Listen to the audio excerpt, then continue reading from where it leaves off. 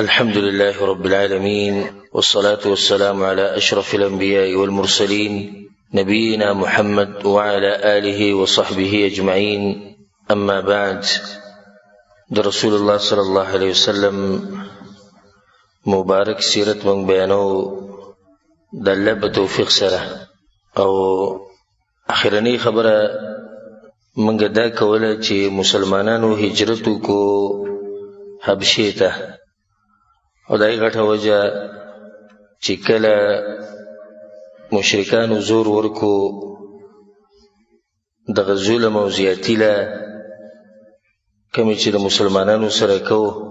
نو بیا رسول الله صلی الله علیه وسلم ملګرو له دغه مشوره ورکړه چې تاسو ځئ هجرت وکئ حبشې ته.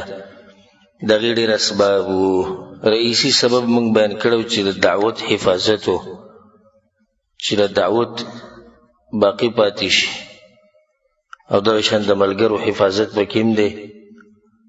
او بله دا چې د دعوت دپاره به یو نوی مرکز پیدا شي، یو نوی ځای، نوی علاقه. رسول صلی الله علیه وسلم کسان ولیږل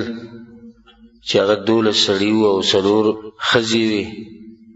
او د هغوی مشر عثمان ابن عفان رضی الله عنه چې هغه سره د هغه ښځه رقیه بنت رسول الله صلی الله علیه وسلم او سره وه.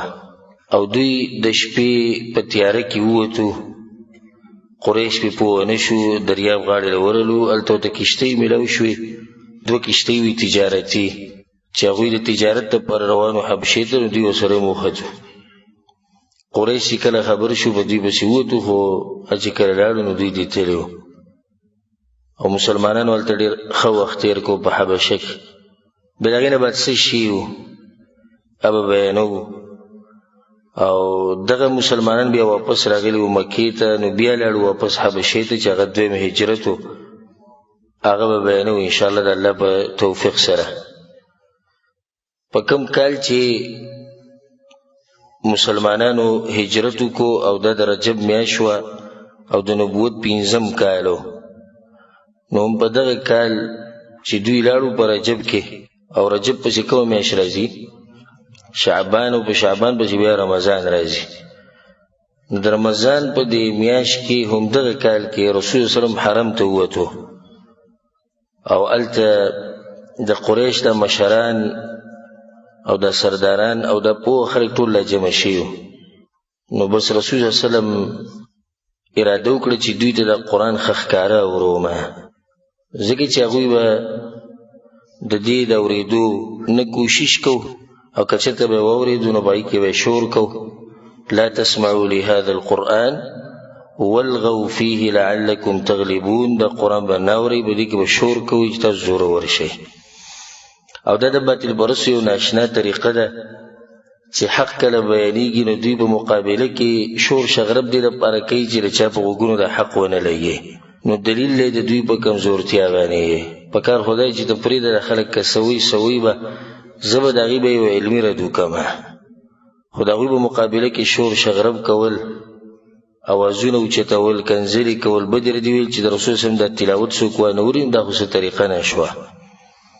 او نن سبا د باطل پرستو دغه طریقه ده، د حق په مقابله کې هغوی شور کوي، او د عوام منع کوي، وایي تاسو به د قرآن او حدیث بیان ته او درس ته به تاسو نه کښېنئ. نو د هغې وجې ده که تاسو کښېنئ تاسو به خراب شي. دا ټکی الټه وي، که تاسو کښېنئ نو بیا به برابر شئ، نو برابرېدو ته دې پرېږدي نه. نو ځکه تا ته به دا لفظ وي که ته کښېناستې نو خراب به شي. قرآن او حدیث چې څوک اوري چې د خرابېږي، قرآن او حدیث چې واوري خو ژوندی شي که نه، او چې قرآن او حدیث یې نه اورېدلي دی مړي. بله دا چې دغه باطل پرستو باطل هم راښکاره کېږي په دغه حق کې، نو د هغې د لاسه به هم تا نه پرېږدي حق ته. اوس دې مشرکانو دا زور کړی دی چې څوک د رسول صلی خوا ته ور نه شي، ځکه که خوا ته ورغې لږ ورسره هم کښېناستو نو پته به ورته ولګي چې دا موږ چې د کومو بوتانو بندګي کوو دا خو موږ هسې لګیا یو، او دا ګټې او دا ونې دا به موږ له سره کړي، او څه به موږ له نقصان موږ ته راورسوي. د دې د لاسه به هغوی حتی تر اوسه کوشش کوو چې دا خلک منع کړي د دې نه چې هغوی د رسول صلی خبره واوري. رسول صلی اراده وکړه چې زه ځم او دوی ته د قرآن اوروم، رسول سم اراده وکړه دی چې زما د قرآن دوی ته وروم او ښکارې ویم ګورو چې څه کېږي. او دا د رسول سلم هغه زړورتیا ده او شجاعت او بادري ده. ځکه صحابه کرام وایي چې کله به داسې سخت راغله په جنګ کې په یوځای کې نو رسول سم به ورته مخکې کېدو. او یو پیر د شپې په مدینه کې څه اواز ورته کې راغی داسې اواز لکه لرې نه چې خلک را رواني. نو صحابه کرام پاڅېدو بعض کسان یې ځان سره پاڅول اسلحې یې راواغستې چې ځو. ځکه چې هغه وخت د جهادونو د جنګونو وخت نو دشمنان ډېر وو. دشمن حمله کوي د شپې په مدینه باندې یو بل ته دا مشوره وکړي چې رسول سم به نه راپاڅوئ. او دا هم د هغوی احترام او قدر د رسول سم یې کوو چې رسول سم به نه تنګوئ. موږ پوه شو که څوک دشمني ده ورسره په دغه ځای کې ګورو. نو هغوی چې کله موږ د کورونو نه ووتو د تیرې ته ورننوتو نو یو کس را روان دی په آس باندې سور دی چې موږ ته رانږدې شو نو هغه رسول صلی الله علیه وسلم نو مسکی شو وایي چې څه نشته زه وتی وم. هغه دې ملګرو ته څه نه دي هغه پټ وتی و ځان له. نو دومره زړور انسان حالانکې د دنیا ټوله د هغه په خلاف کې ولاړه وه او مقابلې ته ولاړه وه. هغه د شپې په تکه توره تیاره کې یوازې هغه لاړ. او نن سبا چې سړی د مدینې ته ورشي مکې د غرونو چې شپه شي سړی نشي په دې بجلۍ کې او په دې شینو کې سړی نشي وتی. نو بیا هغه وخت کې رسول صم لاړ دی دغه تیرې نه بیا رسول صم واپس راغی خاندلې ملګرو ته ویې څه نشته. ما مو دغه اواز اورېدلی خو تاسو مې نه خبرولئ. نو زه ووتم چې څه شتي که نه. نو رسول صم ډېر یو زړور انسان او بهادر انسان او د دین مزم کوي د بهادر انسان پورې په زړور پورې. او چې هسې ځمکه پرې ودربې او هغه هر څه پرېږدي نه په دې سړي باندې به څه کړي. دین مزه د مضبوط سړي سره کوي او د زورور سړي سره. او که الله توفیق راکړو وخت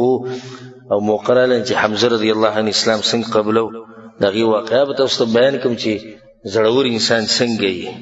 د ده په دې اسلام راوړو کې هم خیر یي. ځکه به رسول صلی په دې دعوت کې که تاسو ته ما دا خبره بیان کړې که ته یاد دی چې رسول صلی چې کله دا وحي بیانول شروع کړه نو ولې ځان له ملګري پیدا کړو. نو په هغو کې به رسول صلی په دې مشرانو پسې تو چې کوم داسې مخوري زورور خلکو مشهورو هغه به ملګري کول. ځکه چې هغوی به مخې ته کار ډېر کوي بل یېرېږي نه کمزوري نه طاقت یې. رسول صلی لاړ او د کعبې په خوا کې مشرکانو ته قرآن اوراوه. رسول صلی تلاوت شروع کو اعوذ بالله من الشیطان الرجیم بسم الله الرحمن الرحیم والنجم اذا هوى ما ضل صاحبكم وما غوى. شروع کړه سورة النجم. او دوی دې حیران ګوري رسول صلی الله علیه وسلم. رسول صلی الله علیه وسلم قرآن وایي سوره خوند کړه. دوی په زړونو کې تعصب و د حق سره او په ظاهره کې هم تعصب و خو په زړه کې په ګوټ کې دا خبره پرته وه چې قرآن به له خوند ورکوه. موږ سره مخکې واقع تېره شوې چې د ابوجهل چې هغه به پټ د قرآن اورېدو. یو بل سړی ولید ابن مغیره هغه هم ګوایي کړې وه چې دا خوږ کلام دی د دې جړې مضبوطي د هغه وي. نو دوی ټول متاثره شو کتوی رسول صلی الله علیه وسلم دې څه کوي او رسول صلی الله علیه وسلم تلاوت کوي او د سورت شروع کړي. او سبحان الله په اوله کې دا خبره ده والنجم اذا هوى ما ضل صاحبكم وما غوى. الله ته استاسو د ملګری رسول صلی الله علیه وسلم استاسو د ملګری د بدی وی چې تاسو سره پاتې شي سلويخ کاله پورې دې رښتینه او چې کله دا خبرې شروع کړي دروغجن شو نه دی گمراه شوی دی نه دی دروغ وایي. وما ينطق عن الهوى دې ځان خبرې هم نه کوي. ان هو الا وحي يوحى علمه شديد القوى. جبريل عليه السلام دا قرآن راوړی او مخې ته د رسول صلی الله تلاوت کو. نو کله چې دغه آیت ته ورسېدو په آخره کې د سورة النجم په آخره کې دي افمن هذا الحديث تعجبون. الله سبحانه وتعالى تاسو دې خبرو په تعجب کې اچولي د قرآن وتضحكون ولا تبكون او تاسو خان دی او جاړئ نه وانتم سامدون فاسجدوا لله واعبدوا سجده ولګوئ الله ته دغه بندګي کوئ دې ټولو سجده ولګوله دا څومره چې په غزي کې ناسو هغه دې خبرو کې دومره جوور نه ننوتو دومره خونه ولوکو چې پوه هم نشو چې موږ د الله په خبره سجده لګو نو چې څنګه رسول صلی الله علیه وسلم فاسجدوا لله واعبدوا نو ټول په سجده باندې پرېوتو ځکه چې هلته قرآن په هغو باندې دومره اثر وکړو چې د هغوی هغه ارادې او هغه زور او هر څه ختم شو نو ډایرکټ پرېوتو بیا مشرکان کم چې په دغه ځای کې نه وو سجدې نه ولګولې هغوی په دې نورو پورې خاندل په نورو پورې خاندل وي دا تاسو سجده ولګوله تاسو ټول لاړې صحابیان شوئ او ټول پلار نیکه دین هم پرېښود نو هغوی دروغ جوړ کړو نه وی په دې صورت کې دا وایي چې تلک الغرانیق العلا وان شفاعتهن لترتجى دا خو شتي نه په سورة النجم کې دې شاید پکې شتي په سورة النجم کې تلک الغرانیق العلا وان شفاعتهن لترتجى یعنی دغه غړغړ بوتان دي او دوی به شفاعت کوي د قیامت په ورځ نو موږ د دې خبرې نه متاثره شو ځکه موږ سجده ولګوله موږ خو سجده نه لګوله خو چې موږ ته کله پته ولګېده چې دی په دې تلاوت کې وایي چې تلک الغرانیق العلا وان شفاعتهن لترتجى بس موږ متاثره شو چې بای دا خو دغه خبرې کوي چې موږ کوو خو دا خبره د غرانیق دا قصه دا بعض علما سندن کمزوري کوي لکه دا بعض علما دې ذکر کوي سیرت ولا یو دغه ټیم کې شیطان د دوی په غوګونو دا خبره ولګوله یعنی رسول سم تلاوت کو شیطان دا الفاظ د دوی په غوګونو ولګول دا خبره کمزوري دی چې شیطان دا چلو کو سندن خو کمزوري ده خو یو وجه ده چې قرآن د الله د طرف نه دی او د رسول سم د طرف نه دی نو د الله خبرې د پیغمبر خبرې نه دي وما ينطق عن الهوى إن هو إلا وحي يوحى بدق سورة كده قل لئن اجتمعت الإنس والجن على يأتوا بمثل هذا القرآن لا يأتون بمثله ولو كان بعضهم لبعض ظهيرا لو يجي سوق القرآن بشان نشر ولا نسنگ دا ټکی بدی قرار ویلی سي دویمه خبر دار چې شیطان پر رسول سم باندې مسلط شو هغه دا کار وکړو نو موږ دا وایو چې الله سبحانه په قرآن کې دا خبره کړې ده چې دا شیطان زما په نیکانو بندگانو باندې د اوس نه رسي نو پر رسول سم باندې څنګه وس رسي رسول سلام خو د نیکانو سردار دی او دا غوی مشر دی نو څنګه دا خبرو کې دي شراغه درېمه خبره ده د قصه الغرانیق د غرانیق خو د قصه د دې چې څومره روایت دي دغه الفاظ مختلف دي دلیل به دی باندې چې سند یې مضبوط نه لري په بعضو کې راځي تلک الغرانیق العلا په بعضو کې راځي الغرانقه العلا یعنی مؤنث راځي ان شفاعتهم ترتجى او بعضو کې الفاظ نورم بدل لي بل خبره ده چې هغه درسه د کمزوري کیږي چې دی مشرکانو چرته د خپل بوتانو مبارک غرانیق ټکې نه استعمال کړي نو که دا بالکل دي سوي چې دوی د شیطان په دغه ټیم کې د غرانیق ټکې دوی ته وي نو بیا به د ټکې په دوی کې مشهور وي او دوی به د خپل بوتانو مبارک غرانیق ویل خو په یو ځکه د نری ثابت چې مشرکانو خپل بوتانو ته سوي دي غرانیق نو دا واقع په دې الفاظ سره دا خو ثابت لري چې رسول الله تلاوت کوي سجده ولګوي خدا چې شیطان په منځ کې د خپل خبرې وکړي چې دوی متاثر شي او دوی دا وایي چې د الله په خبرو کې نو دا خبره څه ده د کمزوري ده او غټو محدثینو لکه ابن اسحاق او امام احمد بن حنبل امام بزار امام ابن حجر ابن كثير امام ذهبي او په وسنو علماء کې شیخ البانی رحمه الله نور داسي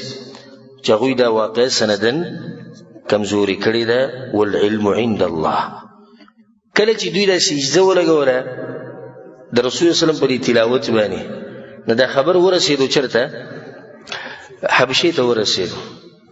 خو الته خبر بل شان ورسېدو دي څنګه ورسېدل الته بالکل الټه خبر ورسېدو او غدا چې قریشو ټول اسلام قبول کړي اسلام قبول کو ګوره دا خبره تحقیق نه کول دا دغه نقصان رسېږي او دا مرض په مونږ کې ډېر دی پښتنو کې او چا ویلي دی او چا ویلي باندې کار رواني یا ایها الذین آمنوا ان جاءکم فاسق بنبأ فتبینوا ای ایمان والو که چېرته څوک فاسق خبر وړي الله وایي فتبینوا خبرې تحقیق کوئ رسول الله صلی یو کس ولېږو د آیت نازلېدو سبب څه دی ما په تفسیر په درسونو کې تفصیلا ذکر کړی مختصر دا چې رسول الله یو کس ولېږو په یو قوم پسې چې زکات ترې راوړه دی چې لږ څه پورې کړی یېرېدلی دی نو بیا راغلی چې راغی نو رسول الله صلی ته ویې زکاتونه مکاتونه هغو نه ورکوي ور څومره غټ بهتان دی ولګو څومره غټه مسله جوړی ته دا کم خلک چې د اشاعات او د منګړت خبرې نشر کوي دوی خو وایي چې د موږ معمولي کار کوو خو د ډېرې غټې خبرې دي نو رسول صلی الله ښه څوک زکات نه ورکوو بیا کسان یې تیار کړو جنګ له پسې ځو دا څنګه مسلمانان دي چې د پیغمبر نه انکار کوي دوی زکات نه ورکوو هلته هغوی ته دا خبر رسېدلی و چې د رسول صلی کس را روان دي زکاتونه هغوی زکاتونه تیار یې ښودي خو څوک رانغی ګوره دی یعنی حقیقت څنګه بدل شو نو بیا هغوی د اراده وکړه چې وایي اسلحې خپلې راوالي او زه چې ځو مدینې ته راته ښکاري په مدینه باندې چا کس حمله به کړي نو چې لاړ شو د هغوی مرسته وکړو د رسول صلی مرسته وکړو ځکه که حالات برابر وي نو خو کس به راغلی زموږ نه به زکاتونه وړی خو څوک رانغی دې ځینې د رسول صلی کسان روان شو دا ځینې هغوی رالو مخې ها جنګ له را روان وایه زکات نه ورکوي یا رسول الله مو خو تا پسې د روانو ستا تپوس هم کوو چې ګوره سجل شوی رسول صلی حیران شو نو رسول ته پته ولګي چې دې کس دروغ ویلي الله د آیت نازل کو ان جاءکم فاسق بنبأ فتبینوا خبرې تحقیق کوئ ان تصیبوا قوما بجهاله یو قوم به چې په جهالت سره په ناپوهۍ کې به حمله وکړي چې ته به یې مړه کوي فتصبحوا على ما فعلتم نادمین بیا به پښیمانه په خپل کار باندې خبرې تحقیق او دا نن سبا چې د فیسبوک او د ګن بلا راوتې د تحقیق محقق نشته خبر نشر کوه روزانه نوي خبرونه دي چې وروسته پته ولګي ټول سوچه دروغ دي څوک د خپل چینل د مشهورتیا لپاره لګیا دی څوک د پیسو ګټلو لپاره لګیا دی څوک د ځان مشهورولو لپاره لګیا دی دې ته پکې څوک نه ګوري چې یعنی دا خلک زما دا خبرې اوري دي نه غټ نقصان جوړېدی شي اوس حبشې ته چا دا خبر داسې ورسو چې قریش ټول مسلمانان شوي او اوس خوشحاله شو چې دا خو ډېر ښه کار شو ځئ چې ځو واپس مکې ته واپس ځو را روان شو د شوال په میاشت کې نو څو میاشتې تېرې کړې هلته څلورمه کې راغلو تقریبا 3 میاشتې تېرې کړې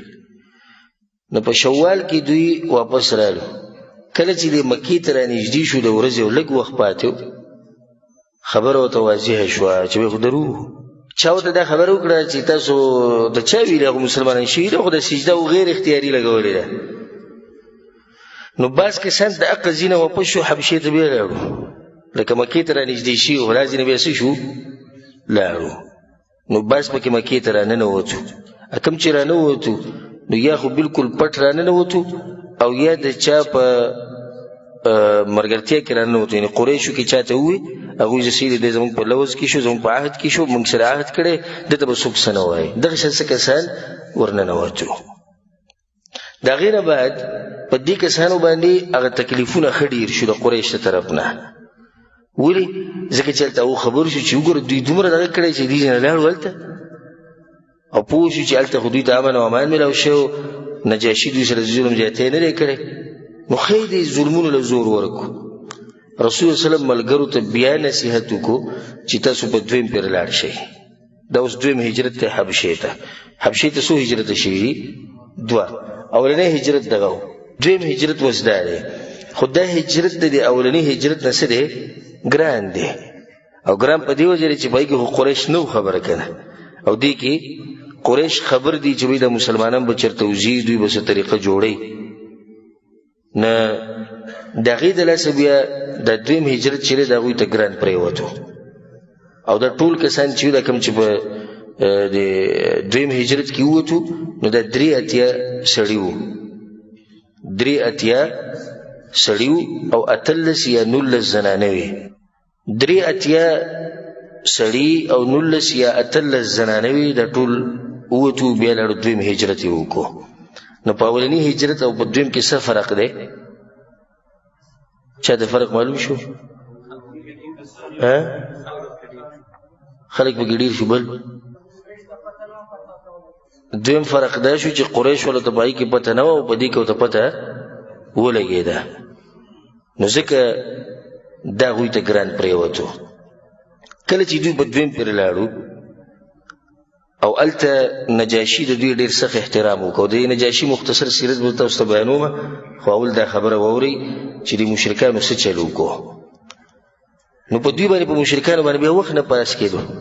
چې وایي داسې چلو شو. موږ خو چې دا خلک به ښه ذلیله شي، دوی به داسې شي او دغه شي، خو لاړو هلته کامیاب شو، هلته هغوی ته ځای میلاو شو. نو 2 کسان یې غوره کړو چې هغه څه مو خیارو. په دوی کې عمرو بن العاص او عبدالله ابن ابي ربيعه. د دواړو د اسلام نه مخکې دواړو ګوره بیا وروسته اسلام قبول کړی، خو د دواړو په دغه ټیم کې څه وو؟ مشرکانو. دا 2 کسان یې وټاکل چې تاسو به ځئ او خبره به د چا سره کوئ؟ نجاشي سره. او بعض هدیې تیارې کړې، ګران ګران قیمتي تحفې راواغستې او هغه دوی له ورکړې، دا به ځان سره ویسئ. د 2 کسانو د ځان سره دا هدیې او دا تحفې راواغستې او لاړو هلته. چې کله ورسېدو د نجاشي خواته، نجاشي سره خوا کې د بطارقه هم ناسو. بطارقه هغه ته وایي چې د هغه درباریانو مشرانو او سره هم ناسو چې مشورې به یې وخت په وخت اخستې. نو خبره دوی شروع کړه، وی ایها الملک، باچا صاحب، انه قد ضوى الى بلدك، ستا دې ملک ته وایي څه کسان راغلي قمقلان غونته کې.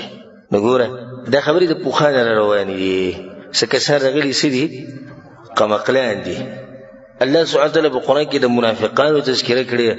واذا قيل لهم امنوا كما امن الناس قالوا انؤمن كما امن السفهاء. ایا موږ ایمان راوړو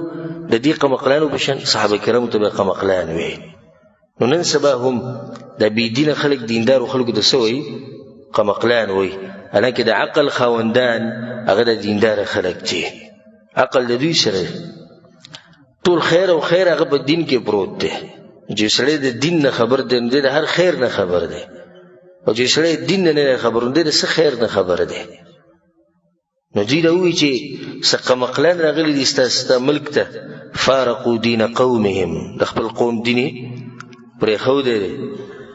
ولم يدخلوا في دینک، او ستا په دین کې هم نه دي ننوتي. که ستا دین کې ننوتی وي بیا هم ښه وه. اوس ګوره د دوی د دین سره هم نه لګي، د نجاشي د دین سره. خو دې ځای کې چې اوس د مسلمانانو د تکلیف ورسې، نو که ستا دین ته ننوتی وي دغه هم ښه وه، خو هلته ستا هغې ته هم نه ننوتي. دا دلیل دی په دې باندې چې باطل کوشش کوي چې د حق په مقابله کې څه شي؟ یو شي. خو افسوس دا دی چې حق کوشش نه کوي د یو کېدو. د مسلمانانو کې دا فرقې جوړې شوي دي، په قرآن او حدیث باندې نه راجمع کېږي، قرآن او حدیث باندې منګوري نه یږدي. څوک وایي زمونږ علاقه بل وایي زمونږ علاقه، زمونږ قوم، زمونږ ملا، زمونږ مذهب، زمونږ کتاب، هر څه جدا کړي. نو څه به اتفاق راشي؟ نو ورته وایي چې ستا دین ته هم نه ننوځي. لا نعرفه نحن ولا انت وجاءوا بدین ابتدعوه. داسې دین راوړی دی چې نوی دین دی، نه موږ پېژنو نه ته پېژنې، او موږ په تا پسې راغلي یو چې ته موږ ته دا کسان را واپس کړي. او قوم د دوی په حالات باندې ښه پوهېږي، تا ته د هغې پته نشته، ځکه چې دوی زموږ مشران کنځلي دي، زموږ معبودان یې کنځلي دي، موږ ته یې پرېږدې د منځ نه اخوا شه. د بطارقو دا خبره شروع کړه، کوم چې درباریان ناست وی باچا صاحب دوی صحیح خبره کوي،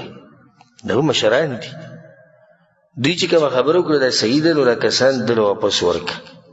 خپل ملک ته دې بوځي او خپل قوم له دې بوځي، بیا چې ورسره غور څه کوي به که. خو نجاشي وی نه، نجاشي ډېر هوښیار انسان و. نجاشي وی چې نه، لازم به زه د دې خبرې د دې قضیې تحقیق کوم چې دا څه قیصه ده، او دی هوښیار انسان. نو دې مسلمانانو پسې یو کس ولیکو چې به تاسو کې څوک خبرې له یو کس ما پسې راولېږئ. مسلمانان ټول راجمع شو او هغوی اتفاق وکړو چې جعفر بن ابي طالب رضی الله عنه دی به خبره کوي. او جعفر دا د علي بن ابي طالب رضی مشر ورور دی، او د رسول سلام د تر زوی دی او د چې کله شهید شو نو د دوه لاسونه دنه په یو جنگ کې پرې شو په غزا کې ان شاء الله دغه تفصیل به په دې سیرت په درسونو کې برازي باذن الله د دوه لاسونه دې پرې شو نو بیا رسول سم دا خبره کوله د ته جعفر الطيار وي او جعفر الطيار به ته دی چې جنت کې الله سبحانه وتعالى د دوه وزیر ورکی باغې به دی لوزي د قیو انسان دی چې الله سبحانه وتعالى بولدا نعمت ورکي بیا رسول سم په کور کې دا وي اصنعوا لآل جعفر د جعفر خاندان د لپاره خوراک تیار کړي دغه چې په باندې غم راغلی غم دا چې جعفر دان ته تلو نو جعفر رضی الله عنه د یو چت صحابي بل د چې په وینا کې ډیر تیزو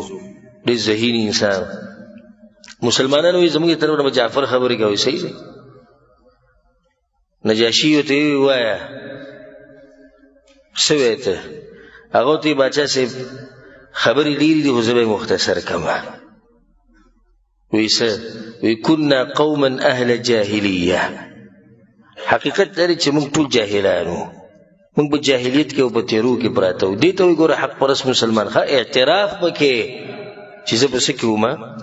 په جهالت کې وم بس چې خزمونږ پلانې سه هغه په جاهلیت کې اوس دلته ونی چې ابو لهب په جاهلیت کې عبد المطلب په جاهلیت کې ابو طالب په جاهلیت کې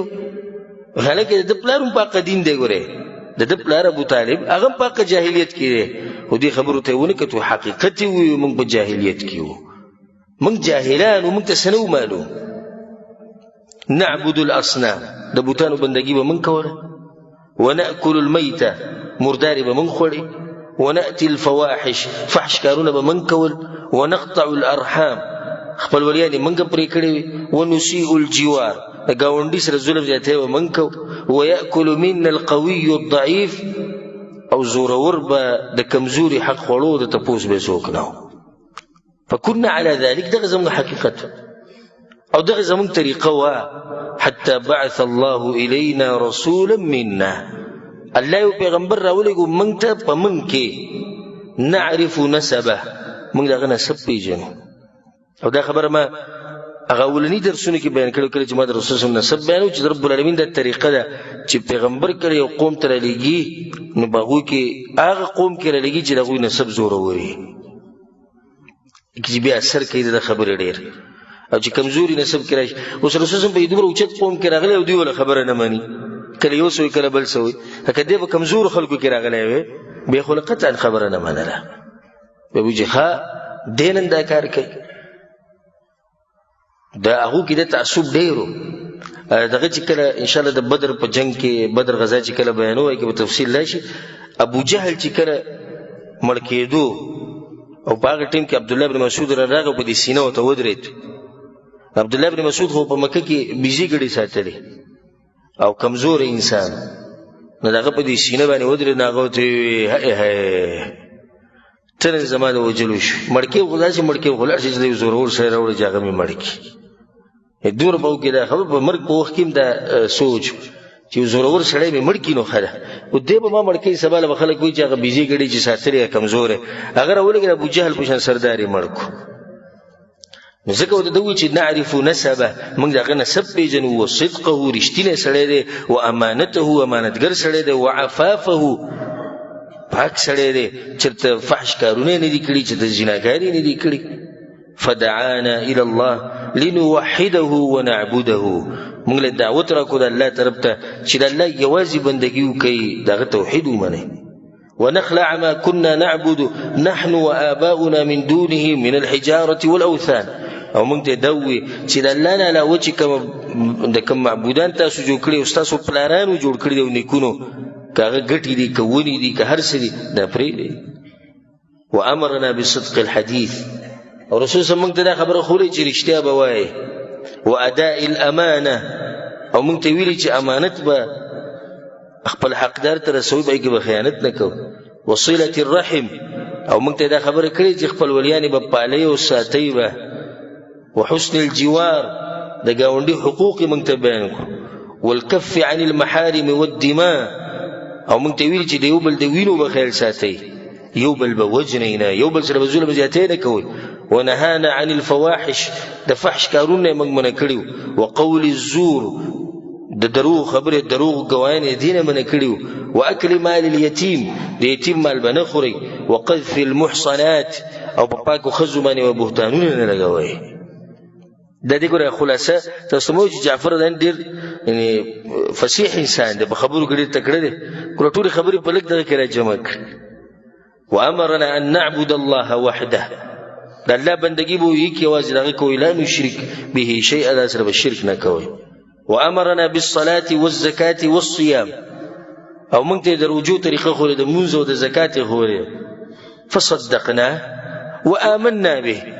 موږ هغه رښتینی وکړو، موږ به ایمان راوړو او بس موږ دغه تابعداري وکړو. على ما جاءنا به من دين الله، الذي دین د لاس نو بس د الله بندگی موږ شروع کړه، شرک موږ پرېښودو. وحرمنا ما حرم علينا واحللنا ما احل لنا، او چې سره باندې حرام کړو هغه حرام وګڼل، چې سره حلال کړو هغه حلال وګڼل. فعدا علينا قومنا، نو د قوم د دې له سم سره ظلم شروع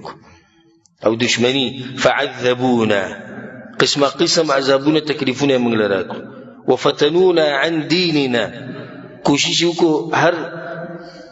کوشش چې دوی ته آسانو هغه وکړو دې لپاره چې موږ د دین نه واړی. ليردونا الى عباده الاوثان من عباده الله، چې موږ بیا د بوتانو بندگی شروع کو، د الله بندگی پرېږدو. سبحان الله، په دې 4-5 کالو کې د پزړه کې دومره مضبوط توحید دی او دومره ښکلې خبرې دی. موږ ګیره سپینه شي، د علماو سره به کینیم او درسونه به اورو، بیانونه به اخر کې تپوس کوي. دا د معمولیانو خبرې، موږ به دې نه پوهېږو. دوی مې جمعې ته مانځه کې ورمخکې کوه، سمه کشتي به ورسره کوي چې مخې ته شي مونځ وکړي. او چې په ډېره کې کښېني د فتوو مشینې، داسې فتوې دله راچي په دې علماو، په دې بچایانو، په دې ملکونو، په دې ټولو. خو دوی مې جمعې ته نشي ورمخکې کوي. توحید د ډېرو مسلمانانو په زړونو کې داسې مضبوط نه دی. د الله بندگی به کوي، دعوه هم دا کوي موږ د الله بندگی د سره سره به شرک هم پروت دي. وان نستحل ما كنا نستحل من الخبائث، او دوی موږ له دعوت را کوي چې تاسو بیا هغه پلید کارونه حلال وګڼئ. فلما قهرونا وظلمونا وضيقوا علينا، نو کله چې موږ سره ظلم شروع کړو، په موږ زورور شو، په موږ دنیا را تنګه کړه. وحالوا بيننا وبين ديننا، او زمونږ او د دین په منځ کې د دیوال جوړ شو. خرجنا الى بلادک، نو موږ رالو ستا دې ملک ته. واخترناک على من سواک، اګوره ته موږ غوره کړی د نورو بچیانو په مقابله کې. دومره هوښیار سړی د خبرې مې یو چلی دی، یو طریقې. او باچا صاحب چې د خوب لیدلی یو خلیفه، نو بیا که سر راوخت وي زما د خوب تعبیر وباسي، کوم چې پوه خلک خوب کې دا لیدلي چې غاښونه ولیږي ټول. نو بس هغې وایي زه به تعبیر راوباسم. هغه وایي وایه، وایي باچا صاحب بچي به دې ټول مري. او تعبیر صحیح دی، تعبیر دی چې کوم راوي صحیح دی، خو الفاظ غلط دي. هغه وایي د دې ظالم را سټ وویلو بچي راله په یو ځای ټول ختم کړو. اوس څه شو؟ بل یې راوستو. وایي ته تعبیر هغه زه ویستی شم. ووایه تعبیر سره. باچا صاحب عمر به دې دومره اوږد دي چې ستا د بچي به ستا په مخ کې مري، ته بیا هم پاتې کېږې. او دله ورکې هدیه وي، سم تعبیر یې راوویستو. خو دا یوه قیسه ده، بچي به دې ټول مري او عمر به دومره میلاوي چې بچي به دې مخامخ مري. خو یو شی دی، خو د دویم دا طریقه د سړیتوب وه، خبرې چل وله ورته. دا اوس ګوره څومره ښکلې خبره ورته وکړه. واخترناک علی من سواک، او موږ ګوره د نورو بچیانو په مقابله کې ته غوره کړی، او موږ زړه کېدو چې ستا ګاونډیان شو. ورجونا الا نظلم عندك ايها الملك، او زمونږ دا امید چې ستا په خوا کې په موږ باندې ظلم نشي کېدی. نجاشي غلی ناست، ډېر هوښیار انسان. دا خبرې چې ټولې واورېدې، هلته 2 کسان هم ولاړ دي، هغه عمرو بن العاص، عبدالله بن ابي ربيعه. بیا ورته نجاشي وویل هل معك مما جاء به عن الله من شيء؟ دا ستاسو له پیغمبر تاسو وایي ته چې الله طرف نه به د وحي راغلی دی، هغه وحي کې د څه یاد دي؟ چې هغه دي نعم. ګوره دې کې یوه اهمه فایده چې سړی په خپل دین نه پوهېږي، غیر مسلم له به څه دعوت ورکړي. اوس ته مخامخ شي يهودي او نصراني ته زمونږ قرآن حق ته او زمونږ پیغمبر حق ته وایي قرآن یو سورت وایي ته سورت هم لم نراځي وي په دغه سورت اخلاص باندې ټول عمر مونږ کړی خدای دې چې قرآن حق دی خطه چې راوي چې پیغمبر حق دی د د نوم څه دی د کوم ځای کې پیدا شوی او د ژوند څنګه او عمر یې څومره دومره تفصیل مونږ ته نه معلوم خدای زموږ پیغمبر دی او حق پیغمبر دی نو دومره علم خدای سره ساته کني سوال کې نه څوک وي چې ته دا وایي چې زه د قرآن منم جوړي وای ته دا وایي چې د پیغمبر منم څوک دې تعریف خو یو کړه او جعفر نه خو یو اسبره د دین هغه ته څنګه نو یاد ویاد دې ته یو یاد ویسه خو ورو کنه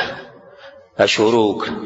أعوذ بالله من الشيطان الرجيم بسم الله الرحمن الرحيم كافها يا عين صاد ذكر رحمة ربك عبده زكريا إذ نادى ربه نداء خفيا اسمه خوږ आवाज کوته لګیا شو او ټول خلک حیران دي مسلمانان غریبان کمزوري ولاړ دي شاته دغه مشر جعفر رضی الله عنه خبره ټوله د بغاړه ده او د په وګو ده داسې زړور خلک داسې زړورتیا په دین کې موږ ته نصیب کی یعنی مخامخ نجاشي دې پته نه لګي چې سبب وای بچا دی وسره خو کې درباریان نشي هغه خو درول وجره شړی لري به د قریش درب دوه کسان راغلي گیفټونه هدیه مروړي تحفه مروړي چې کله د قران هغه شروع کو یو څو ایتونه وی نجاشي په جړا شو سم په جړا شو او د اوخ کې په دې ګیر را روانې شو او کوم چې سره خوا کې مولیان ناس په خلک دا وې سره پانی وی کتابونه وسره غوم نشو د خبرې اوریدي غوم په جړا شو د اوخ کې لاړې د غوی په کتابونه ولګي او الله سبحانه وتعالى د دې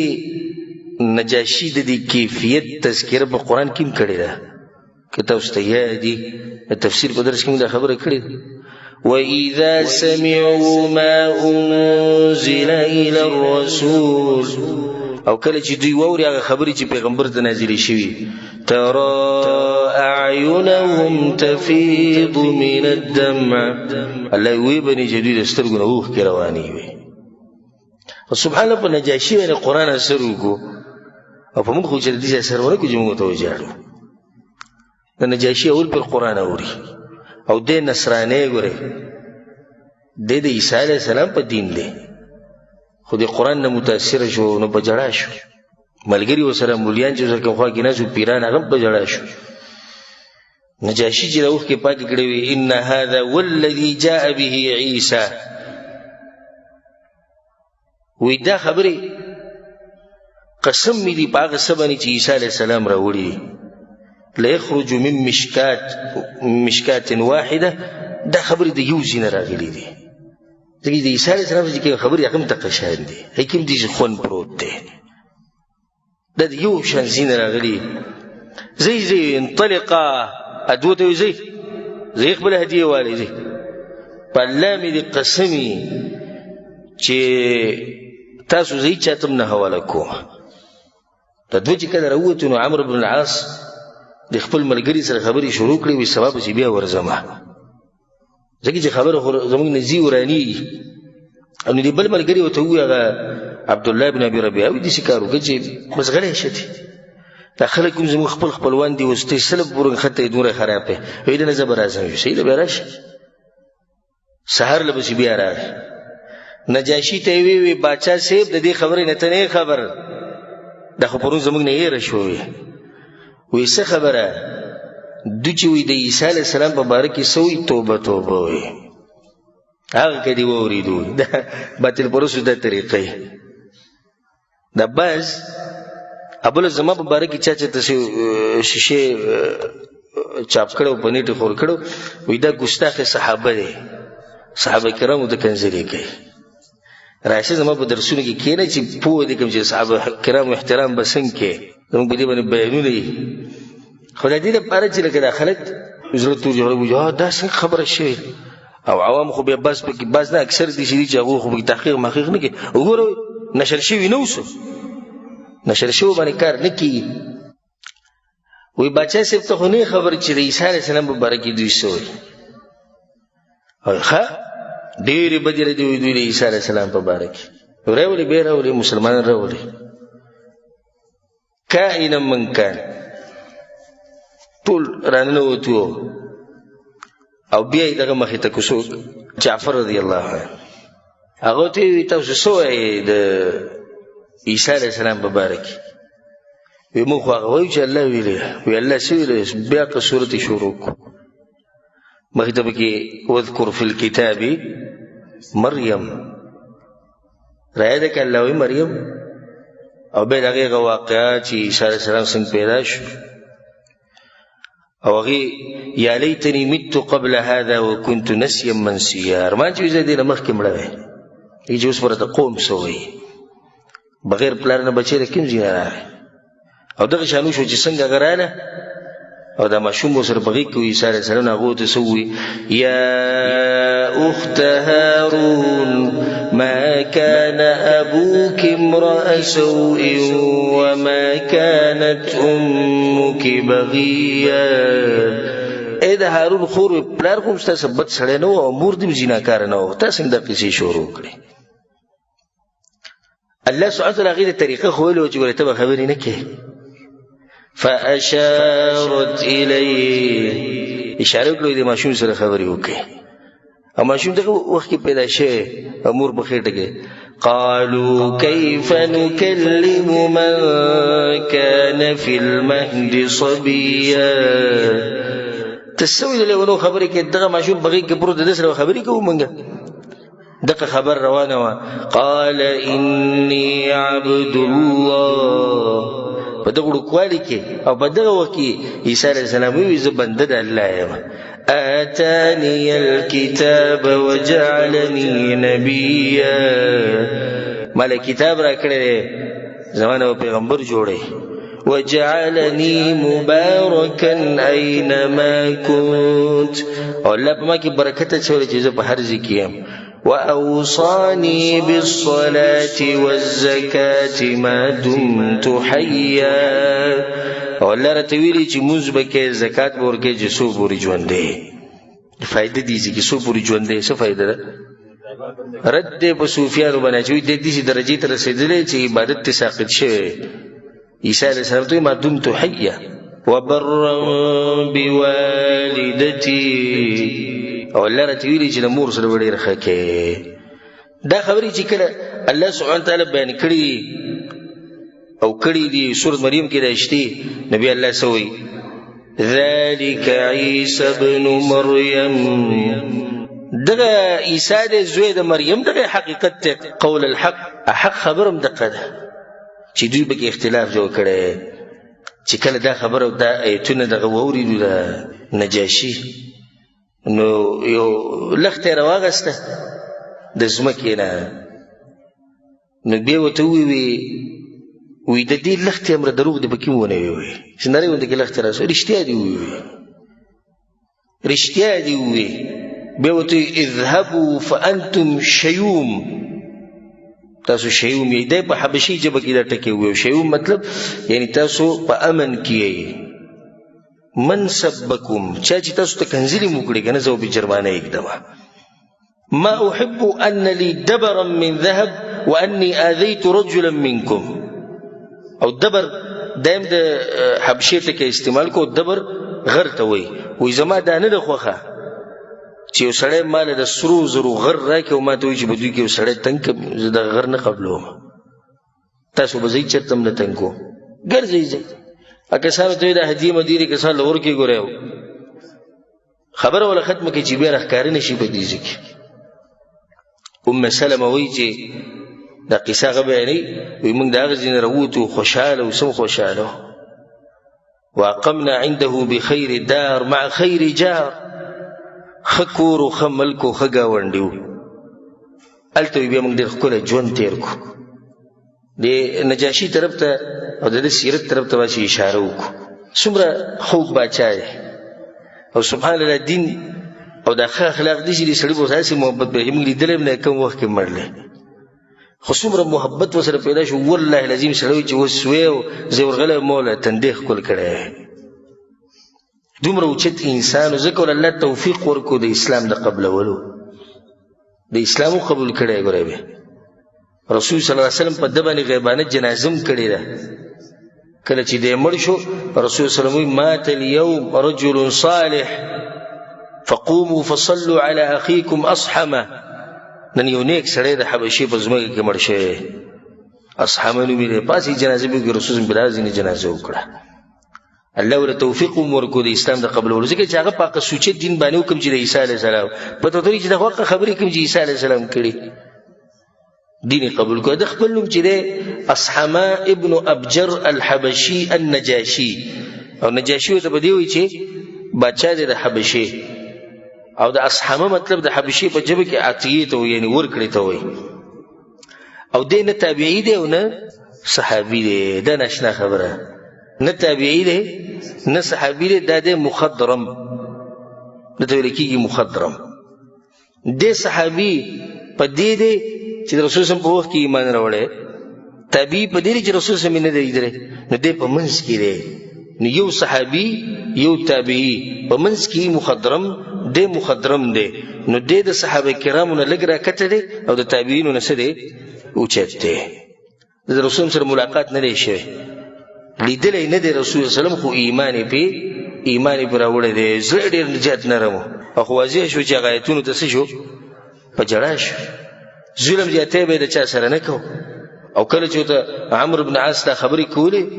وی رشوت یې ورکوي لرکه وایي رشوتونه ته د رشوتونو خبرې کوې وایي الله چې ما ته زما د بچایي را واپس کړي نو الله هم زما نه وایي رشوت نه دی اخیستی دا خبره ولې ذکر کړې په دې کې ته یو واقعه ذکر کوم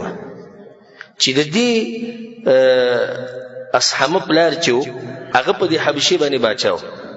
د هغه یو زوی د اصحمه او د هغه بل ورور دی د هغه 12 زامن و نو د حبشې والا دا وی چې دا سړی د ده د پلار یادو که دی موږ مړ کړو نو ښه ده ځکه که دی یي نو دی بیا دا بچایي چا ته حواله کړي د خپل زوی ته به حواله کړي دا خو یو سړی دی دا ملک په ټول تباه و برباد شي نو چې دی موږ مړ کړو بچایي به چا ته واوړي بچایي به ضرور ته واوړي نو ضرور څو زامن دي ضرور 12 زامن دي نو ملک به مضبوط وي د هغه نه بعد به 12 کسانو ته بیا دا ملک پاتې شي صحیح ده لاړو دا پلار یې وله مړ کړو چې کله پلار یې وله مړ کړو نو دا مسله د هغه د ورور ته پاتې شو دا نجاشي دا کوم چې دغه د اصحابه دوی خو چې د تره نه به مساقوا دی خوښ نو تره سره به ډېر ګرځېدو ځکه چې ډېر هوښیار و تره به ځان سره ګرځو وړوکوالي کوم ډېر هوښیار دغه خلکو ته چې پته ولګېده چې دا خو د خپل تره سره هم کته بره کېږي نو په هغو باندې بیا وخت نه پاس کېد نو بیا رالو په دغه پسې د په هغه تره پسې ورته یې ووي موږ ټول په تا پسې راغلي وو په دې خبره موږ اتفاق کړی چې دا لږ د ځان نه لرې کړه دی ختم کړه نو هغه ورته ظالمانو د ده پلار هم تاسو مړ کړی اوس څنګه دی مړ کړو نو دی پرېښودو چې پرېښودو نو دې کسانو ویوړو او خرڅ یې کو چې دا یو مري دی او قافله روانه و د تجارت هغو له یې ورکړو او د ځان سره ویوړو په دغه ټیم کې باران ورېدو د اسمان نه یو تندر راغی او دغه تره پکې د مړ شو اتره چې مړ شو دا ټول خلک راجمع شو د هغه په زامنو پسې چې وي د زامن ټول خمخلان دي دوی به ورته یو سوي هغوی به بل سوي لکه وایي داسې چې دغه طبیعي ده اوس یې چې لکو وایي چې ځو هلک راوسته غواړي اصحابه ګرځېدو ورته پیدا شو دغه کسانو سره و د هغو نه دی واپس راوستو تاج یې ورته کېښو د بادشاهي په تخت یې کېنو هغه کسان بیا رالو هغه چا نه چې دی اخیست وایي زموږ پیسه دی پیسې مې چې ځای وایي نو دی خو تاسو به موږ را خرڅ کړی پیسې مې اخیستې وي پیسې خو زموږ راکړئ که نه وایي ځئ هغه په ده پسې رالو هغو ته یې تاسو پیسې نه راکوئ که موږ حقیقت وایو صبر هغوی څه حقیقت وایي حقیقت دا دی چې دوی ته را خرڅ کړی وي به موږ باندې اوس بیا ته دوی راوستو زموږ پیسې نه راکوئ هغو ته پیسې ورکوي دوی ده پیسې ورکوي یعنې کوزېږم د دې ځای نه دا باچایي ده د پرېږدم او دوی سره ځمه ټول پیسې راوسو دا مجبور شو سړی رانځي او قیمتي سړی نو پیسې را جمع کړي او دله یې ورکړې پیسې کسان واغستې ولاړو نو ځکه دا خبر عمرو ته وکړه وی الله زما د رشوت نه اخیستې ده بچی الله ماته دغه شر را کړی ده وی نو ته څنګه مال رشوت راکوي چې زه دې قسم سره ظلم زیاتی وکړم او د عیسی علیه السلام په باره کې ما هغه عقیده وه کومه عقیده چې په قرآن کې د رسول وسلم بیان کړې ده او ام حبیبه رضی الله عنها د رسول وسلم بیبي د حبشې ته هجرت کړو رسول وسلم 2 خطه لیکلي 2 خطه ده په یو خط کې دل دعوت ورکړو چې ته اسلام قبول کړ او په یو خط کې وته ویلو چې د ام حبیبه ما ترا واده کړه د 2 خطونه د رسول وسلم لګیلو نو کله چې رسول الله د خاتون ته ورسېدو نو د دوانه راوغستو په خپل سترګو باندې دي چې کېخو دوی به خپل کړو او به د خپل تخت نه راکوشو کته په دې زمکه باندې کېناست او کلمې وې او دی وی چې سو پوری د 2 خطونه د حبشې په دې زمکه کې نو حبشې کې به مشه خیری بیا لاړ ام حبیبه وخت د رسول صلی الله علیه وسلم لپاره او نکاح ولا په خپل وتړله د رسول صلی الله علیه وسلم نکاح وتړله او پاغه باندې ولیمه وکړه په حبشه کې خوشحالي پاغه باندې وکړه او د رسول صلی الله علیه وسلم طرف نه ول محروم ورکو چې هغه 400 دینار وو دومره اوچت مہر ول ورکو او سمت د نعمتونه د سامانونو د هر څه ول واغستو او به پر رسول صلی الله علیه وسلم راولېګل خپ په عزت او په احترام کې او رسول الله صلی الله علیه وسلم ته هدیه راولېګل مسلمانان هم د قشان تیار کړو مسلمانان چې کله واپس لو کنه کله چې دوی هجرت نه واپس لو نو کوم چې براتونو دغه سره به خصم سامانونه را لګل تر دې چې یو پیر 2 کشته د کړي وغه د مسلمانانو تر ولېګل دومره خسړو او د اثر شو په خو خلکو باندې ډیر خلکو به اسلام قبول کړو او ځکه دې سره راځي چې د سره یو وینځوا او هغه د ام حبیبه تیار ولا او د پورز کې هغه دې تیار کړی و ناغي ولا هدیه ورکوله د ام حبیبی ولا هدیه ورکوله چې هدیه ولا زما دربل وینا د هدیه مال مرکوه خو کلاړي رسول سره ملو شنو زما سلام بوته وې هغه چې کله ویلاړه د رسول سره ملو شو ام حبیبه ورته یا رسول الله ته جنی و او هغه ته سلام وین رسول صلی الله علیه السلام ورحمت الله وبرکاته بغیدم سلامي او کله چې وفد حبشیان راغله د رسول صلی الله علیه وسلم رسول صلی الله علیه وسلم د عزت او اکرام کړو دا به وی انهم كانوا لاصحابنا مکرمین دوی زموږ د ملګرو عزت کړي سم عزت ولوک او دای د درون سړی کار چې څوک د سره خو کینو په جواب کې بسکه خبک او د سپک سړی کار دی چې څومره وسره خکې نو دومره مستیږي اخلاق بدیږي اذا اکرمت الکریم ملکته واذا اکرمت اللئیم تمرد د درون سړي سره چې خو کړو نو دستا په موټي کې شو همیشه بستا د خیادی همیشه بستا د دې خو تذکره کوي او سپک سړي سره چې خو کړو نو د خپ هوا کې شي چې په ما کې بس کمالینه یا بر دې سړي ماته ضرورتي نه خپل صادر نخپي وباسي نو د به شرم سړي کوي او درون سړي کې اوچت صفت د ته یادوم په دې سینې ولي کوي درون سړي کې 2 خبرې چې د چا سره خو کې هغه ته یاد نه او چې څوک وسره خو کې هغه تیریږي نه د 2 خبرې کته وی چې زه درون سړی مو د 2 خبرې چې چا وسره خو کړو هغه تیریږي نه او چې چا سره خو کې هغه ته یاد نه نسبک سړی کې به د دې په عکس دي چې چا سره خو کې هغه تیریږي نه او چې څوک وسره خو کې هغه ته یاد نه بدقه دې د سره وخت کې او د سره وخت کې او د سره وخت کې دا خبرې وکړي الله سبحانه وتعالى په موږ کې اوچت صفات پیدا کړي قریش چې کله پته ولګي چې وای خبر غورانه شو سړو ځان بل ملک پیدا کول منډه ملک دې کې بچای ملګری شو دا طبيعت خراب شو رب العالمین کوم ځین مرسته وکي داسې ناشنا مرسته الله سبحانه وتعالى کوي او چې کله په انسان کې عجزي الله ته وي الله یې مرسته کوي لکه ما په دې مانځ کې غایتونه تلاوت کړو که الله سبحانه وتعالى دا یونس علیه السلام تذکره کوي نو سوی فاستجبنا له ونجیناه من الغم الله دا غم نه موږ راوویستو وكذلك ننجي المؤمنين الله دغه مرسته د مؤمنانو سره کوم وخت زی په زی د الله سبحانه وتعالی مرسته وکړه د مؤمنانو چې دغه نجاشي په زړه کې الله سبحانه وتعالی محبت واچو د دوی لپاره. قریش هریا شو چې اوس بل څه یو بل سره بیا کېناستو بیا مشورې، نو بس اخیری خبره دا وشوه چې یا به دا سړی د دې دعوت نه بندو او یا به مړ کو. دوی یو خبره یا به پانسی کو او یا به د دعوت نه بندو. خو لار دې د څنګه دې دعوت نه څنګه بندو خو نه بندي. دغه مخکې ډېر طریقې استعمال کړي، ما مخکې ذکر کړی وی کنه. زه چې زوی د ابو طالب خواله ځکه چې اسی په دوی گزارو نشي کولای، بیا ابو طالب سره به خبره کوي. زه چې ابو طالب خواله نو د سویم پر دې چې دوی رالو دویم پیر یو پر مخکې تلو چې هغه دې چې په خبرو کې واړو راوپسې دوی پر لورلو غوسه پسې ورلو. څنګه ورننوتو هغه ته شي چلوي چل پکې نشته. ابو طالب ښه مشر سړی او ښه هوښیار سړی سم غوسو وي ښه مشر سړی هوښیار موږ د عزت کوو مقام دی خو درواره دې منع نه کوو. هغه دې هلته شان پرېښودی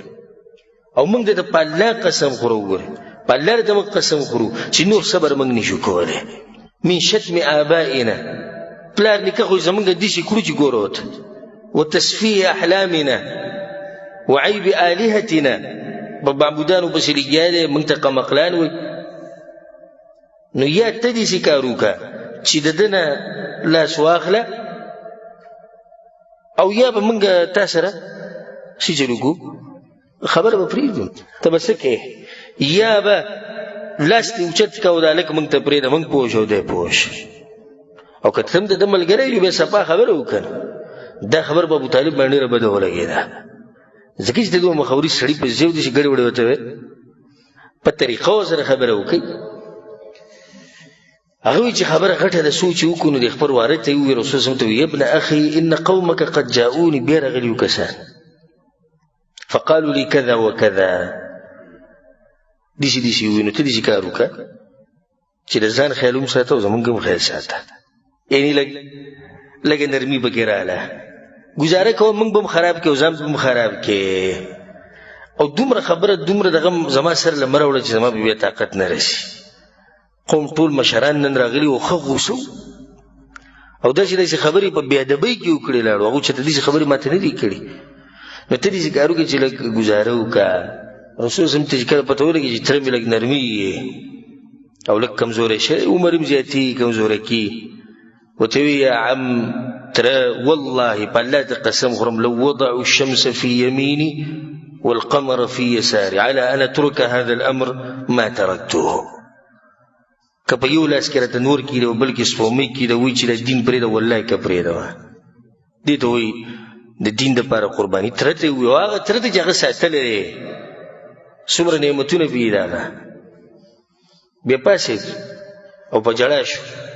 چې کله وتو نو دې تره ورته اواز وکړو دې خو راشه ورواره وایي دې خو راشه صبر وکړه. اوس یې راغی وایي څه هم متاثره شو د خبرو پته وایي چې غریب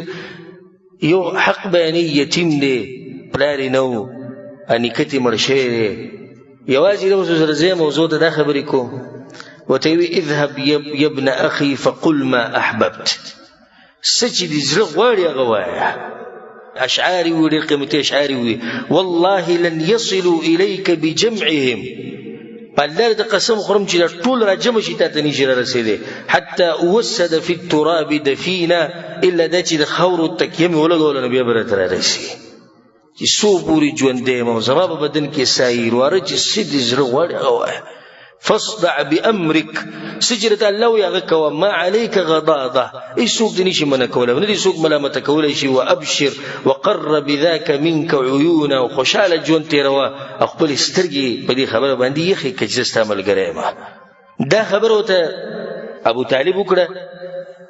نو دې سره رسول صلی ښه ډاډه شو چې زه تره بیا زما ملګری شو. دعوت یې ښه په زور او شور سره شروع کړو. قریش ته پته ولګېدې چې وایي زموږ خبرې خو اثر ونه کړو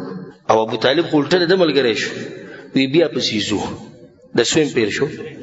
دریم پیر شو بیا ځو بیا ورسره خبره کوو دوس خبره دې زر ورانولی هم نه شي ځکه چې مشران دي د هغوی سره د هغوی نه تپوس د هغوی سره مشوره د دې نه بغیر خو کار نه کیږي. نو بیا په هغه پسې ورلو چې پسې ورلو نو ځان سره د ولید ابن مغیره یو زوی هم بوتو. ولید ابن مغیره زوی دغه څو زامنو ټول لږ زامنو او بعضې روایتونو کې زیات راځي او د دې لاسه پاک ډېر تکبر او ډېر په فخر به ګرځېدو. ورته وی ابو طالب ان هذا الفتى انهد فتى في قریش. وی دا لږ چې موږ کوم راوسې ځوان که نه په قریش کې د ده په شان ځوان نشتي. د باډۍ نه څوم غټو او څوم ښکلی هلک څوم جمال الله سبحانه وتعالی هغه له ورکړی دی واله ستا شو. فلک عقله ونصره د ده د عقل هم ستا شو مرسته به هم ستا کوي. واتخذه ولده ستا زوی شو که نه وایله هغه ورته زه پسې وکړم وایي ستا زوی شو نو یسې وایي نه نه در واره موږ له راکړه دې ته واله او واره موږ له راکړه هذا الذي خالف دینک و دین ابایک دغه ستا او د پلار نیکه د دین سره چې دشمني دی راوباسه موږ له ټول قوم یې ټوکړي ټوکړي کړو فنقتله موږ به یې مړ کړو. فانما هو الرجل برجل سړی په سړي شو که نه. موږ چې دا کوم راوستی دی ډېر ښایسته دی. موږ چې دا کوم راوستی د ولید بن مغیره زوی دی نسب نه هم سم زورور دی مال ورسره هم سم ډېر دی زور هم ښه ډېر دی بدني مالي هر قسمه لحاظ سره ته دې واله هغه موږ له راکړه موږ به یې مړ کړو. ابو طالب موسکی شي وایي ناشنا فیصله مو ونه کړه. هغه ورته یې ولې وایي اتعطوني ابنکم خپل زوی ما له راکوي چې زه یې دله ساتم زما زوی زما نه بوځي چې وجنه زه به ستاسو زوی ساتم زه به له خوراک ورکوم او زه به یې لویوم او زما هغه تاسو زما نه بوځي وجنه داسې ناشنا فیصله مو وکړه نه. په دغه ټیم کې مطعم ابن عدي ناست ورته یې وي ابو طالبه قوم دې سره ظلم نه دی کړی ګوره سړی په سړي به بدله کې دی ګوره دومره هغوی تیار وو د دې حق د مقابلې ته چې یعنې د هغې پکې غاله کې پکې هم قرباني کوو خو چې په څه طریقه باندې د حق ودرېږي. ورته یې وی دی واله او دغه راکه موږ مړ کړو. نو مطعم پکې خبره شروع کړو نه نه ابو طالب قوم د سره انصاف کړی لقد انصفک قومک او ښه په روا خبرې کړي څه زیاتی نه دی کړی. نو ته دې چې کار وکړه چې دا خبره له قبوله کړه. هغه ورته وی اس انصاف ما سره چا نه دی کړی اس انصاف ما سره چا نه دی کړی خو ښکاري ما ته داسې چې تم د دوی سره ملګری او ټول ما ته یو شوي او کوشش کوي چې ما کمزوری کوي. خو دا راته ووایم چې خپل کار کوي زه یې دوی سره ناشنا خبره کوي زما زوی بوځي مړ کولو لپاره خپل زوی راولي چې ته به یې ساتې زه په ده باندې څه کوم زه یې ورکېږي دې ځای نه. د دې سره د قریش زړه هغه ښه دغه شو. نو د دې نه بعد بیا کوشش شروع کړو چې اوس به د رسول وسلم مړ کوو څنګه. د دعوت نه بندېدا خو ونه شو او دعوت دوی بندولی هم نه شي. او که دې ابو طالب د رسول وسلم پرېښودی هم وی که نه نو رسول وسلم بیا هم دعوت نه ودرو نه یې پرېښودو. و ده پته وایي چې یار یو کار نه کي. ابو طالب پسې 3 پیرې دوی تېرېږي. نو اوس تاسو ته چې تاسو ته یادي چې دوی څو پیرې تېرې ابو طالب پسې 3 پیرې. اولني پیر چې پسې لاړو نو هغه داسې خبرو کې واړول راواړول واپس یې کړو. په 2 پیر پسې لاړو غم خادي به رسره پورې سختې خبرې وکړې. هغه رسول ته نصیحت وکړو رسول جواب ورکړو. بیا هغه دغه اشعار وایي چې زه خپل کار کوه. 3 پیر پسې لاړو د ولید بن مغیره یو ځوان زوی ځان سره بوتو وایي دی واله دغه راکړه هغه ورته ظلم کوئ زما زوی بوځي وجلو له خپل زوی ما راکوي زه به دله ساتم. هغو ته پته ولګېده چې دا 2 وفدونه او 2 جرګې چې کومې لاړې په ابو طالب پسې د دې څه فایده راونوته هېڅ نتیجه یې ښکاره نه شوه. نو اوس داسې کار کوو چې دا رسول صلی پانسي کول غواړي وجل غواړي. او د دې 2 خبرو د لاسه د دوی د دې زیاتي د لاسه 2 ازمري د دین مسلمانان شوي. یو څوک دی حمزه رضی الله عنه او دویم عمر بن خطاب رضی الله عنه. عمر بن خطاب د رسول صلی وجلو له طلب وکړه او حمزه رضی هم داسې یو واقعه ده خو انشاءالله به ته اوس نه بیانوم. پر روان درس کې به تاسو تفصیلا بیانوم چې حمزه رضی هم دې ورځو کې حمزه رضی بیا مسلمان شو. وخت په وخت به الله سبحانه وتعالی د اسلام مرسته کوله او دوی ظالمانو دې ظلم له ښه زور ورکړو. یو واقعه به ذکر کو او به چې کوم دوی ظلمونه کړي د رسول صلی الله علیه وسلم د وجلو کوشش کړي او پر روان درس کې بیان کوم. عتیبه ابن ابي لهب، د ابو لهب څو زامنو؟ دوی عتبه یو عتیبه. عتبه او عتیبه په دې دوانو باندې د رسول صلی الله علیه وسلم لونه واده وي، هغه به دوی پرې خو دې پلار وته دا پرې دي. نو دې ورځ راغی پر رسول صلی الله علیه وسلم پسې وته وی زه کفر کومه او زه نه منم والنجم اذا هوى وبالذي دنا فتدلى. دا هیڅ خبره ده نه د جبرئیل السلام منم نه تا منم نه الله منم. به پر رسول صلی الله علیه وسلم پسې ورغی، گزارونه به وکړو، دغه د کمیس وشلو او په دې مخ مبارک ورته لاړې ټوکړې. رسول صلی الله علیه وسلم په ټیم کې دعا ورته خیری وکړي، اللهم سلط علیه کلبا من کلابک، یا الله په خپل سپو کې او سپې په باندې مسلط کوي.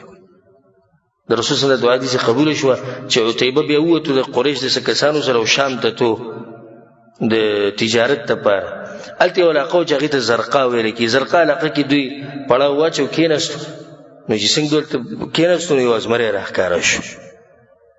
دغه شپه به دوی باندې ازمره راغی او عتیبه ته پته ورغېده، وی په الله مې قسم وي دې بلن ما خوري. ملګرو ته څنګه وی داغه محمد صلی الله علیه وسلم دعا غوښتي واقع ده، وی قتلني وهو بمکه، وی زه مړ کړم او په مکه کې ناست. په دې ټینګو هدا سره رسیدو، وی زه په شام کې ما مړ کړم او هغه په مکه کې ناست. فغدا عليه الاسد، دغه ازمري په باندې حمله کړه من بین القوم، او د قوم د منځ نه راوېستو. نور چې د اسمونه د دغه د منځ نه راوېستو، د سری ولا جدا کو، باقي جسم ټول وخوړو. الله سبحانه وتعالى دې تباہ او برباد کو. دا خیری چې رسول صلی الله علیه وسلم کړي. د دې سره زموږ د درس اختتام ته ورسېدو. ان شاء الله پر روان درس کې بیا د تفصیل بیانو چې دوی څنګه کوشش کړو د رسول صلی الله علیه وسلم د وجلو، او دوی مده چې حمزه رضی الله عنه په دغه ورځو کې مسلمان شو. نو حمزه رضی الله عنه د مسلمانېدو واقعه سو په سوجه مسلمان شو، او د حمزه رضی الله عنه سیرت ته ان شاء الله مختصر اشاره کو پر روان درس کې. الله سبحانه وتعالى موږ په کې په قران او حديث باندې الله سبحانه وتعالى موږ ته توفیق راکړي قران او حديث باندې عمل کولو، او څنګه چې الله سبحانه وتعالى موږ په دې مبارک جمعات کې وځي کړیو، دا شان الله سبحانه وتعالى موږ په جنت الفردوس کې د خپل خوږ پیغمبر محمد صلی الله علیه وسلم سره یوځي کې. هذا وبالله التوفيق، وصلى الله على نبينا محمد وعلى آله وصحبه أجمعين.